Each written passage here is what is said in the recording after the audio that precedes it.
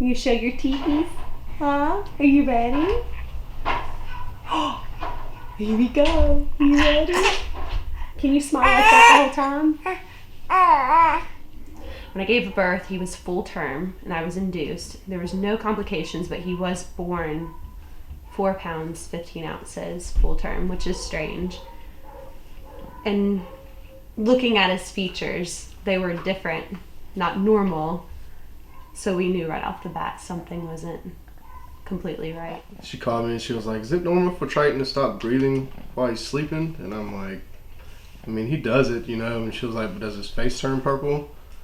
And, you know, since he did it, you know, so much as, you know, the first 2 months, you know, we really didn't think anything of it.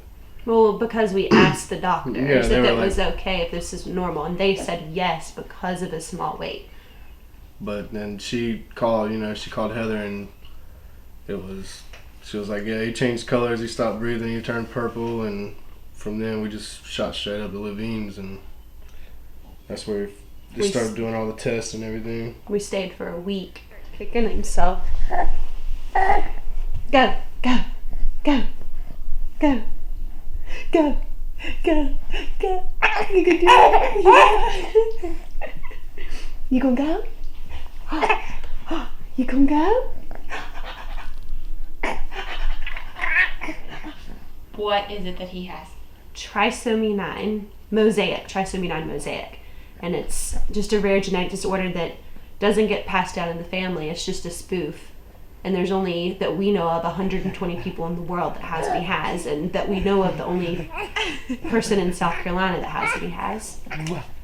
It's so rare it doesn't even have a name. It's just the 9th chromosome has a third. Instead of having your normal 2 chromosomes, his 9th has a third. Well, like when he was born, I noticed that his feet were kind of like bulky right here. And then his toes turned all the way back to his leg. That was like one of the first things I noticed. And then the second thing I noticed was his ears. His ears are low, and then they rotate back. Like normally your ears are supposed to be level with the side of your eyes, and his are lower and twisted back, which they're really cute. But and then the next thing I noticed was his eyes. You can't really tell unless you look at him, but his eyes are googly, and one eye is bigger than the other and lower than the other. And then his skull, in the back, he has like the normal, one side is flatter than the other because of the way he lays. But that's because he can't turn his head to the left, really. Because since he's googly-eyed, he has to lean his head to the side to make sure that, or make the vision like normal. And since he does that, it kind of gets stuck like this, and it makes his face droop a little bit.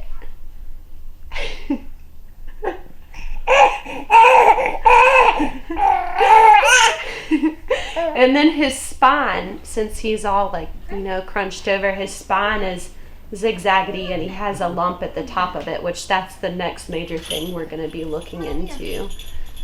He can't do things like sit up on his own or stand up or crawl or even getting into a crawling position. He can't. They say he acts more like a newborn right now. Bye-bye. Bye-bye. We know he has a few surgeries coming up, you know, and hopefully those things will be taken care of. But as far as like progress and development, you know, and what his future holds, how long he's gonna live, absolutely no idea. We don't know. We don't know anything, because he could be in a wheelchair.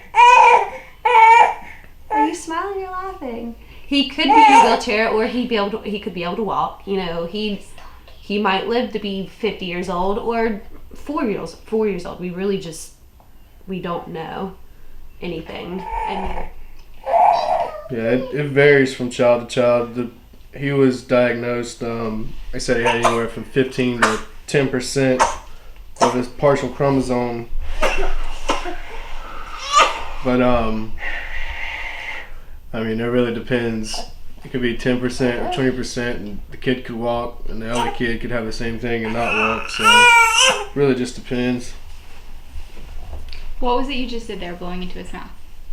Oh, he stops breathing sometimes, so I have to blow in his mouth before he completely just goes blue.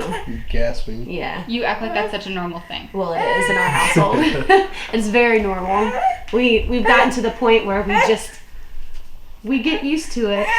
Are you jealous that no one's paying you attention right now?